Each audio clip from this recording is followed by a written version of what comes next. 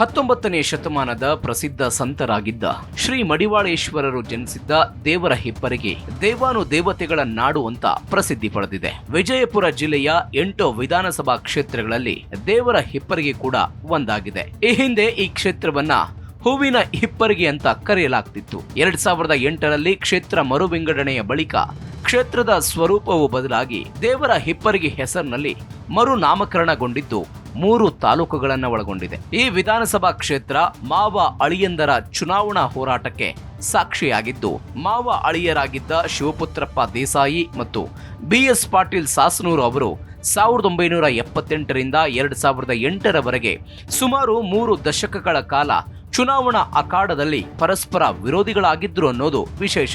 ಇಂತಹ ದೇವರ ಹಿಪ್ಪರಿಗೆಯಲ್ಲಿ 2023ರ ಚುನಾವಣೆಯಲ್ಲಿ JDSನ ಭೀಮನಗೌಡ ಪಾಟೀಲ್ ಕ್ಷೇತ್ರದ ಶಾಸಕರಾಗಿದ್ದಾರೆ.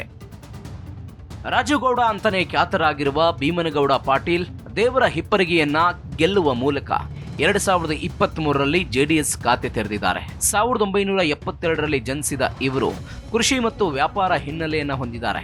ಧಾರವಾಡದ ಕೃಷಿ ವಿಶ್ವವಿದ್ಯಾಲಯದಲ್ಲಿ BSc ಪದವಿ ಪಡೆದಿದ್ದಾರೆ. 2018ರ ವಿಧಾನಸಭಾ ಚುನಾವಣೆಯಲ್ಲಿ ಈ ಕ್ಷೇತ್ರದಿಂದಲೇ JDSನಿಂದ ಸ್ಪರ್ಧೆ ಮಾಡಿ ಸೋತಿದ್ದ ಇವರು 2023ರ ಚುನಾವಣೆಯಲ್ಲಿ ಬಿಜೆಪಿಯ ಸೋಮನಗೌಡ ಪಾಟೀಲ್ ಅವರ ವಿರುದ್ಧ ಸುಮಾರು 20,175 ಮತಗಳ ಅಂತರದಿಂದ ಗೆಲುವು ದಾಖಲಿಸಿದ್ದಾರೆ. ಕ್ಷೇತ್ರದ ಇತಿಹಾಸ. ಹೂವಿನ ಹಿಪ್ಪರಿಗೆ ಕ್ಷೇತ್ರ ಅಸ್ತಿತ್ವಕ್ಕೆ ಬಂದಿದ್ದು 1967ರಲ್ಲಿ. ಆಗ ಕಾಂಗ್ರೆಸ್ನ PG ನಿಂಗನಗೌಡ, 1972ರಲ್ಲಿ ಸಂಸ್ಥಾ ಕಾಂಗ್ರೆಸ್ನ KD ಪಾಟೀಲ್ ಆಯ್ಕೆಯಾಗಿದ್ರು. ಆನಂತರ ನಡೆದ 7 ಚುನಾವಣೆಗಳಲ್ಲಿ ಬೀಗರದ್ದೇ ಪಾರುಪತ್ಯ. ದೇವರ ಹಿಪ್ಪರಿಗೆಯಲ್ಲಿ ಒಟ್ಟು 16 ಚುನಾವಣೆಗಳು ನಡೆದಿದ್ದು, ಇಲ್ಲಿನ ಮತದಾರರು ಕಾಂಗ್ರೆಸ್, ಜನತಾ ಪಕ್ಷ, ಜನತಾದಳ, ಬಿಜೆಪಿ, ಸ್ವತಂತ್ರ ಪಕ್ಷ ಸೇರಿದಂತೆ ಎಲ್ಲ ಪಕ್ಷಗಳನ್ನು ಬೆಂಬಲಿಸಿದ್ದಾರೆ. 1951, 1967, 1972ರಲ್ಲಿ ಕಾಂಗ್ರೆಸ್ ಈ ಕ್ಷೇತ್ರ ಗೆದ್ದುಕೊಂಡ್ರೆ 1978ರಲ್ಲಿ ಜನತಾ ಪಕ್ಷ ಗೆಲುವು ದಾಖಲಿಸಿತ್ತು. ಮಾವ ಅಳಿಯನ ಜಿದ್ದಾಜಿದ್ದಿ. ದೇವರ ಹಿಪ್ಪರಿಗೆ ವಿಧಾನಸಭಾ ಕ್ಷೇತ್ರ ಮಾವ ಅಳಿಯಂದಿರ ಪರಸ್ಪರ ಹೋರಾಟಕ್ಕೆ ಸಾಕ್ಷಿಯಾಗಿದೆ. ಹೌದು, ಮಾವ ಅಳಿಯರಾಗಿದ್ದ ಶಿವಪುತ್ರಪ್ಪ ದೇಸಾಯಿ ಮತ್ತು BS ಪಾಟೀಲ್ ಸಾಸನೂರ್ ಅವರು 1978ರಿಂದ 2008ರವರೆಗೆ 3 ದಶಕಗಳ ಕಾಲ ಚುನಾವಣಾ ಅಖಾಡದಲ್ಲಿ ಪರಸ್ಪರ ವಿರೋಧಿಗಳಾಗಿದ್ರು. 1985ರಲ್ಲಿ ಜನತಾ ಪಕ್ಷದ ಶಿವಪುತ್ರಪ್ಪ ದೇಸಾಯಿ ಕೇವಲ 3,000 ಅಂತರದಲ್ಲಿ ಕಾಂಗ್ರೆಸ್ನ BS ಪಾಟೀಲ್ ಸಾಸನೂರ್ ಅವರ ವಿರುದ್ಧ ಗೆಲುವು ಕಂಡಿದ್ರು. 1989ರಲ್ಲಿ ಶಿವಪುತ್ರಪ್ಪ ದೇಸಾಯಿ ಅವರನ್ನ ಮಣಿಸಿದ BS ಪಾಟೀಲ್ ಸಾಸನೂರು ತಮ್ಮ ಸೋಲಿಗೆ ತಿರುಗೇಟು ಕೊಟ್ಟಿದ್ರು. 1994ರಲ್ಲಿ ಮತ್ತೆ ಪೈಪೋಟಿಯಂತೆ ಕಾಂಗ್ರೆಸ್ನ BS ಪಾಟೀಲ್ರನ್ನ ಜನತಾದಳದಿಂದ ಸ್ಪರ್ಧಿಸಿದ್ದ ಶಿವಪುತ್ರಪ್ಪ ದೇಸಾಯಿ ಸೋಲಿಸಿದ್ರು. 1999ರಲ್ಲಿ ಪುನಃ BS ಪಾಟೀಲ್ ಗೆಲುವು ಕಂಡ್ರು. 2004ರಲ್ಲಿ ಬಿಜೆಪಿಗೆ ಜಿಗಿದಿದ್ದ ಶಿವಪುತ್ರಪ್ಪ ದೇಸಾಯಿ ಮುಯಿಗೆ ಮುಯಿ ಎನ್ನುವಂತೆ ಪಾಟೀಲ್ರಿಗೆ 6,297 ಮತಗಳ ಅಂತರದಲ್ಲಿ ಸೋಲಿನ ರುಚಿ ತೋರಿಸಿದ್ರು. BS ಪಾಟೀಲ್ರು ಒಟ್ಟು 6 ಸಲ ಸ್ಪರ್ಧಿಸಿ 4 ಬಾರಿ ಆಯ್ಕೆಯಾದರೆ ಶಿವಪುತ್ರಪ್ಪ ದೇಸಾಯಿ 5 ಸಲ ಸ್ಪರ್ಧೆ ಮಾಡಿ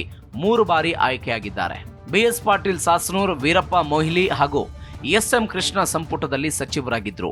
ಜನತಾ ಪರಿವಾರ ಹಾಗೂ ಬಿಜೆಪಿ 2 ಪಕ್ಷದಿಂದ ಜಯಗಳಿಸಿದ್ದ ಶಿವಪುತ್ರಪ್ಪ ದೇಸಾಯಿ JH ಪಟೇಲ್ ಅವಧಿಯಲ್ಲಿ ಭೂಸೇನಾ ಮತ್ತು ಉಗ್ರಾಣ ನಿಗಮದ ಅಧ್ಯಕ್ಷರಾಗಿದ್ದರು. ಕಳೆದ 3 ಚುನಾವಣೆಗಳ ವಿಧಾನಸಭಾ ಕ್ಷೇತ್ರದ ಚಿತ್ರಣ ಹೀಗಿದೆ. 2008ರಲ್ಲಿ ಕ್ಷೇತ್ರ ಪುನರ್ ವಿಂಗಡಣೆಯಾದ ನಂತರ ಕಾಂಗ್ರೆಸ್ನಿಂದ ಸ್ಪರ್ಧೆ ಮಾಡಿದ್ದ AS ಪಾಟೀಲ್ ನಡಹಳ್ಳಿ ಬಿಜೆಪಿಯ ಬಸನಗೌಡ ಪಾಟೀಲ್ ಯತ್ನಾಳ್ ಅವರನ್ನ 30,893 ಮತಗಳಿಂದ ಸೋಲಿಸುವ ಮೂಲಕ ಮೊದಲ ಬಾರಿಗೆ ವಿಧಾನಸಭೆ ಪ್ರವೇಶ ಮಾಡಿದ್ರು. 2013ರಲ್ಲಿ ಮತ್ತೊಮ್ಮೆ ಕಾಂಗ್ರೆಸ್ನಿಂದ AS ಪಾಟೀಲ್ ನಡಹಳ್ಳಿ ಕಣದಲ್ಲಿದ್ರು. ಇವರಿಗೆ ಪೈಪೋಟಿ ನೀಡುವುದಕ್ಕೆ ಬಿಜೆಪಿಯ ಸೋಮನಗೌಡ ಪಾಟೀಲ್ ಕಣದಲ್ಲಿದ್ರು. ಈ ಚುನಾವಣೆಯಲ್ಲಿ ಬಿಜೆಪಿ ತೀವ್ರ ಪೈಪೋಟಿ ಕೊಟ್ಟರೂ ಸಹ 8,096 ಮತಗಳ ಅಂತರದಲ್ಲಿ ಸೋಮನಗೌಡ ಪಾಟೀಲ್ ಸೋಲು ಅನುಭವಿಸಿದ್ರು. 2018ರ ಚುನಾವಣೆಯ ಸಮಯದಲ್ಲಿ AS ಪಾಟೀಲ್ ನಡಹಳ್ಳಿ ಬಿಜೆಪಿಗೆ ಸೇರ್ಪಡೆಗೊಂಡು ಪಕ್ಕದ ಕ್ಷೇತ್ರವಾದ ಮುದ್ದೇಬಿಹಾಳಕ್ಕೆ ವಲಸೆ ಹೋದ್ರು. ಪರಿಣಾಮ ಈ ಕ್ಷೇತ್ರದಲ್ಲಿ ಕಾಂಗ್ರೆಸ್ನಿಂದ BS ಪಾಟೀಲ್ ಯಾಳಗಿ ಕಣದಲ್ಲಿದ್ರು. ಬಿಜೆಪಿಯಿಂದ ಸೋಮನಗೌಡ ಪಾಟೀಲ್ ಹಾಗೂ JDSನಿಂದ ಭೀಮನಗೌಡ ಪಾಟೀಲ್ ಕಣದಲ್ಲಿದ್ರು. ಈ ಚುನಾವಣೆಯಲ್ಲಿ ಕಾಂಗ್ರೆಸ್ ಅಭ್ಯರ್ಥಿ BS ಪಾಟೀಲ್ ಯಾಳಗಿಗೆ 38,038 ಮತ ದಕ್ಕಿದ್ರೆ ಜೆಡಿಎಸ್ ಅಭ್ಯರ್ಥಿ ಭೀಮನಗೌಡ ಪಾಟೀಲ್ ಅವರು 44,892 ಮತ ಪಡೆದು ಪ್ರಬಲ ವಿಪಕ್ಷವಾಗಿ ಹೊರಹೊಮ್ಮಿದ್ರು. ಇವೆರಡು ಪಕ್ಷದ ಅಭ್ಯರ್ಥಿಗಳ ವಿರುದ್ಧ ಬಿಜೆಪಿಯ ಸೋಮನಗೌಡ ಪಾಟೀಲ್ರು 48,245 ಮತಗಳನ್ನು ಪಡೆದು ಜೆಡಿಎಸ್ ಅಭ್ಯರ್ಥಿ ವಿರುದ್ಧ 3,353 ಮತಗಳ ಅಂತರದಲ್ಲಿ ಕ್ಷೇತ್ರದ ಶಾಸಕರಾದರು. ಪರಿಣಾಮ ಸೋಮನಗೌಡ ಪಾಟೀಲ್ ಗೆಲ್ಲುವ ಮೂಲಕ ಕ್ಷೇತ್ರ ವಿಂಗಡಣೆಯ ನಂತರ ಮೊದಲ ಬಾರಿಗೆ ಕ್ಷೇತ್ರದಲ್ಲಿ ಕಮಲ ಅರಳಿತು. 2023 ವಿಧಾನಸಭಾ ಚುನಾವಣೆಯಲ್ಲಿ ಕಾಂಗ್ರೆಸ್ ಟಿಕೆಟ್ಗಾಗಿ ಕ್ಷೇತ್ರದಲ್ಲಿ ಭಾರೀ ಪೈಪೋಟಿ ಏರ್ಪಟ್ಟಿತ್ತು. ಒಟ್ಟು 9 ಜನ ಆಕಾಂಕ್ಷಿಗಳು ಟಿಕೆಟ್ಗಾಗಿ ಬೇಡಿಕೆ ಇಟ್ಟಿದ್ರು. ಕೊನೆಗೆ ಕಾಂಗ್ರೆಸ್ ಹೈಕಮಾಂಡ್ ಶರಣಪ್ಪ ಸುಣಗಾರ್ ಅವರಿಗೆ ಮಣೆ ಹಾಕ್ತು. ಬಿಜೆಪಿಯಿಂದ ಮತ್ತೊಮ್ಮೆ ಸೋಮನಗೌಡ ಪಾಟೀಲ್ ಕಣದಲ್ಲಿದ್ರೆ ಜೆಡಿಎಸ್ನಿಂದ ಭೀಮನಗೌಡ ಪಾಟೀಲ್ ಕಣದಲ್ಲಿದ್ರು.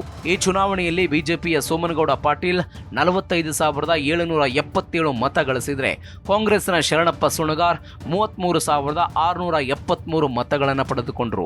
ಇತ್ತ ಜೆಡಿಎಸ್ನಿಂದ ಕಣದಲ್ಲಿದ್ದ ಭೀಮನಗೌಡ ಪಾಟೀಲ್ 65,952 ಮತ ಗಳಿಸಿ ಬಿಜೆಪಿಯನ್ನ 20,175 ಮತಗಳ ಅಂತರದಲ್ಲಿ ಸೋಲಿಸಿಬಿಟ್ರು. ಈ ಚುನಾವಣೆಯಲ್ಲಿ ಕಾಂಗ್ರೆಸ್ನ ಒಳ ಜಗಳವೇ ಜೆಡಿಎಸ್ಗೆ ವರದಾನವಾಯಿತು ಅನ್ನೋ ಚರ್ಚೆಗಳು ಕ್ಷೇತ್ರದಲ್ಲಿ ಶುರುವಾಗಿದ್ವು. ಕ್ಷೇತ್ರದ ಜಾತಿವಾರು ಪ್ರಾಬಲ್ಯ. ದೇವರ ಹಿಪ್ಪರಗಿ ವಿಧಾನಸಭಾ ಕ್ಷೇತ್ರದಲ್ಲಿ ಲಿಂಗಾಯತ ಸಮುದಾಯದ 60,000 ಮತಗಳಿವೆ. ಪರಿಶಿಷ್ಟ ಜಾತಿ 46,000, ಪರಿಶಿಷ್ಟ ಪಂಗಡ 5,000, ಮುಸ್ಲಿಂ 30,000 ಹಾಗೂ ಇತರೆ ಹಿಂದುಳಿದ ಸಮುದಾಯ 50,000ಕ್ಕೂ ಮೇಲ್ಪಟ್ಟಿದೆ.